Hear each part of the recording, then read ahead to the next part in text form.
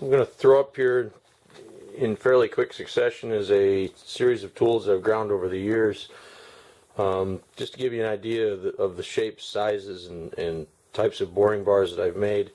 This is made from a 1/2 inch blank. This is a fairly large tool, and it's a boring bar. I use this for making aluminum rings for the removal of barrels.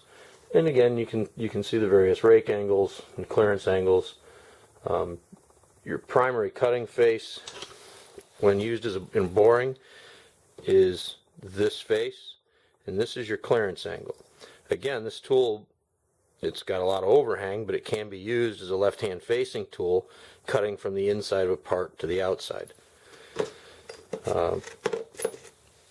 This is a fairly small boring tool. You can see the primary top relief or top rake, your end cutting face, and I don't know if we can get the light to flash, but there's your primary relief or primary back off. Fairly small tool, made out of 3/8 blank. This is a 5/16 blank.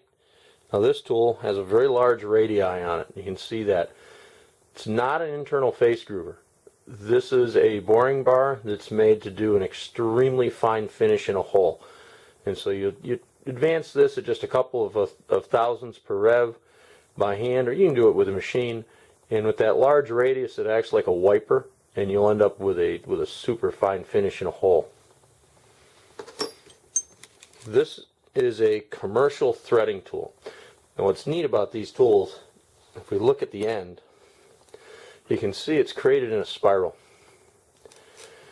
The way you resharpen this tool, let me see if I can get it to hold still for us. You resharpen this tool by only grinding off this face. This is what's called a form ground tool. So as you grind off this face, you expose more and more of that thread form.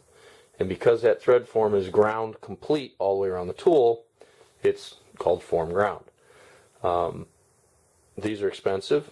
They're really handy. They're made by a company in Germany called RB. I also have a boring bar that was created by them. Again, if you notice the end, it was created in a spiral.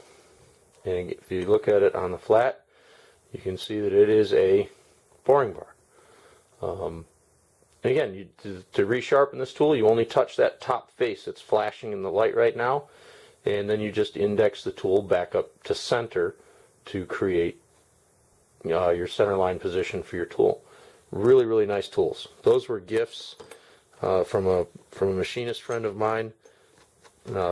They've saved me more than once when I needed a special tool that had to reach a long ways in a hole.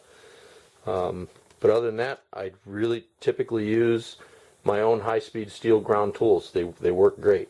And don't be afraid to experiment with different geometries, like this one with that radius, if you're getting chatter problems or anything like that, because just changing the tip can change the way the tool works with the part and change vibration characteristics.